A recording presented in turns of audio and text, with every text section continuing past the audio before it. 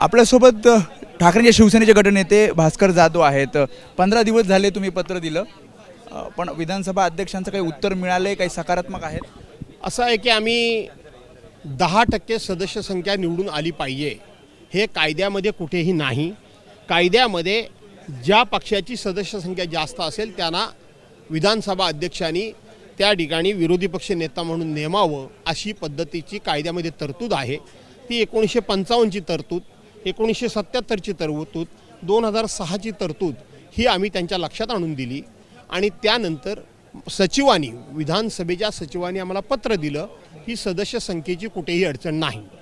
त्यानंतर आम्ही काँग्रेस, राष्ट्रवादी काँग्रेस आणि शिवसेना उद्धव बाळासाहेब ठाकरे महाविकास आघाडीतर्फे माननीय अध्यक्ष महोदयांना पत्र दिलं।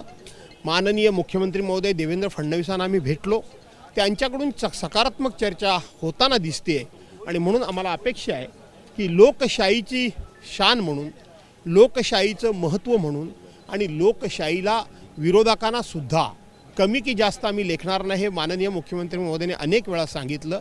त्यामुळं मला असं वाटतं की ते लवकरच या संदर्भामध्ये घोषणा म्हणून विलंब केला जातोय का? कारण 15 दिवस झाले या सगळ्या निर्णयाला, म्हणजे अपेक्षित होता तो निर्णय। मी पहिल्या दिवसापासून आशावादी आहे। पहिल्या दिवसापासून मी कधीही त्यांच्या कुठल्याही कृतीबद्दल आक्षेप घेतला नाही। महायुतीच्या पक्षांना विचारून निर्णय घेतला जाईल असं तुम्हाला वाटतं? आता त्यांनी काय करावं हा त्यांचा प्रश्न आहे। महायुतीच्या नेत्यांना सुद्धा आपण भेटून विनंती केलेली आहे की वारंवार भेटते तुम्ही, तर अध्यक्षांना वारंवार 2-3 भेटतो असं नाही अध्यक्षांना विषयात 2-3 वेळा नाही भेटलो आम्ही, 2 वेळाच भेटलो। एकदा पत्र दिलं आणि एकदा पुन्हा जाऊन आम्ही शिष्टमंडळ भेटलो। अन्य वेळेला आम्ही भेटतो ते विधिमंडळातल्या कामकाजा संदर्भामध्ये भेटतो। परंतु कुठेही याच्यामध्ये असं त्यांना वाटू नये की आम्ही हा फार विषय असा ताठरपणे घेतलेला आहे, तर आम्ही हा विषय नम्रतेने घेतलेला आहे। तुम्ही प्रयत्न पूर्ण केलेत, आता चेंडू आता जशी काँग्रेसनी लोकशाहीमध्ये सभ्यता बाळगली तशी बाळगायची की न बाळगायची हे त्यांच्या हातामध्ये आहे।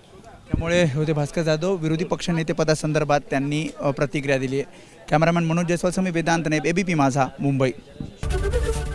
एबीपी माझा, उघडा डोळे बघा नीट।